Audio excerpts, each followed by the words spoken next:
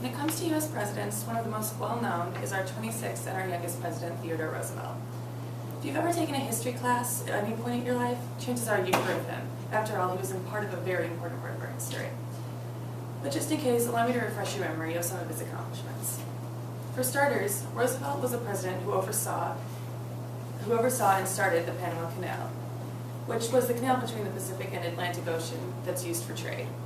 He also was a known trust buster, meaning he broke up monopolies and trusts to increase the market competition for our economy. In addition, he was awarded the Nobel Peace Prize in 1906 for bringing an end to the bloody war waged between two of the world's greatest powers, Japan and Russia, which was taken directly from the association's presentation speech. And one you probably have all heard of is he's known for being the inspiration for the teddy bear. However, one of my favorite stories about Roosevelt is when he was giving his speech in Milwaukee, Wisconsin. During the speech, a man named John Schrank actually pulled a gun out on Roosevelt and shot him right in the chest. While the bullet was slowed down by a manuscript in his pocket, it still went deep enough to make a flush wound in his chest. And you would think that most people, if getting shot, would panic a little bit and maybe go to seek medical treatment. However, Theodore Roosevelt did not. He just continued his speech. And he only agreed to get medical help after his speech was delivered and done with. And although I could talk forever about Theodore Roosevelt and all his many political accomplishments in his life, there's another side of him that is less known but just as interesting. Roosevelt's personal life is full of just as many fascinating facts and events that truly build his character. From looking at Theodore Roosevelt's impressive abilities as a hunter, a president, and a well-known action man, it's hard to believe that he was as sickly as he was as a child. As a child, he had a severe asthma condition that constantly held him back. According to healthguidance.org, he could not even swallow the syrups and medicines that he was supposed to swallow in order to get better. It was apparently so bad that he'd be bedridden for weeks at a time and often wake up in the night due to not being able to breathe. This illness, however, did not hold Roosevelt up forever. His father pushed his son into getting physically fit in order to build up his stamina and just become better at breathing and exercises. And Teddy, being the enthusiastic and determined person that he was, complied with this and worked hard until he was at least able to maintain an average strength.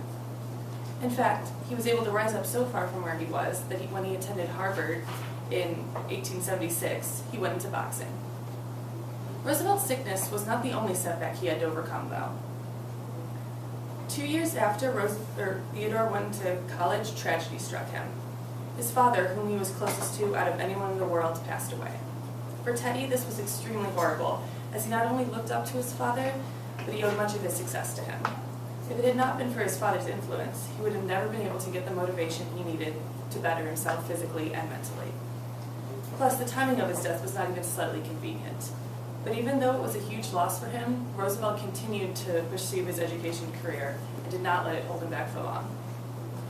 Years later, he was faced with an even worse hardship that was even harder to triumph over. In 1888, he got married to his first wife, Alice Hathaway Lee. But on Valentine's Day in 1884, 4 years after they married, she died of a kidney disease called Bright's disease. And to make matters worse, 2 days before that, they had their first child. And if that was not a big enough as a tragedy for him and his entire family, literally hours from that, his mother died in the same exact house. Just having one of the two dying would be enough of a misfortune that would take an exceptionally long time to get over.